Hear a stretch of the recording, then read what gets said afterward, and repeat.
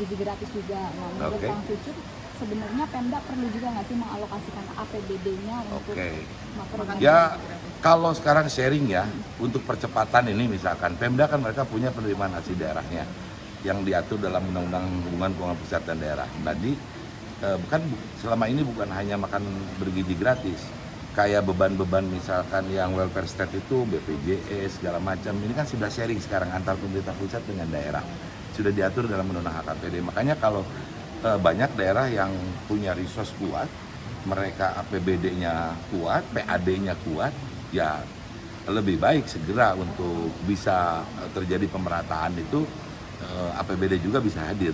Jadi sinergi perlu juga.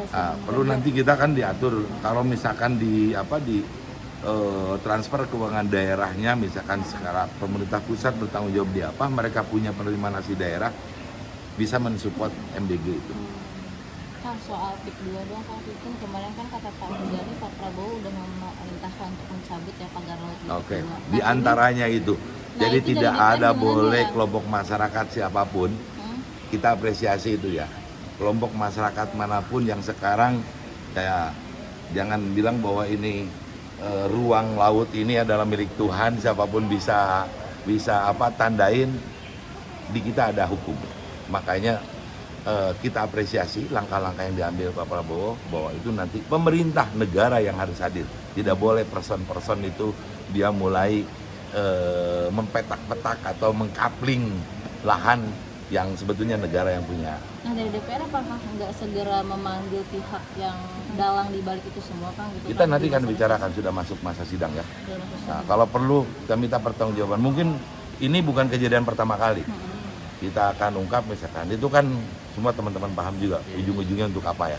Ya. Kang, sama ini Kang, terkait wacana Omnibus Law politik, Omnibus Law pemilu, itu apa akan dibahas setelah masa sidang ini? Kemarin Adi sempat bilang juga katanya nanti kemungkinan pimpinan akan rapim dulu, terus nanti akan dibahas. Ya pasti kita akan rapim karena ada perkembangan dinamika tadi, ada putusan-putusan yang kembali kepada pembuat undang-undang. Kita lihat nanti setelah masuk masa sidang kalau itu, karena itu harus melalui proses mekanisme yang ada ya. KPAI menyoroti soal darurat filisida di Indonesia. Apa? Darurat filisida, pembunuhan anak oleh orang tua. Kang Cucun sendiri pelaku pimpinan bidang orkestra, bagaimana? Ya, ini harus betul-betul bagaimana tadi cegah dini dari ya dilakukan, bagaimana hal ini bisa terjadi itu, cari dulu permasalahan problematikanya seperti apa. Ujung-ujungnya kan mungkin karena ada problem bisa ekonomi atau juga kekerasan di dalam rumah tangga yang ini tidak terbuka, makanya ya KPAI kalau punya inisiatif bahwa ini darurat apa tadi istilahnya finisida ya.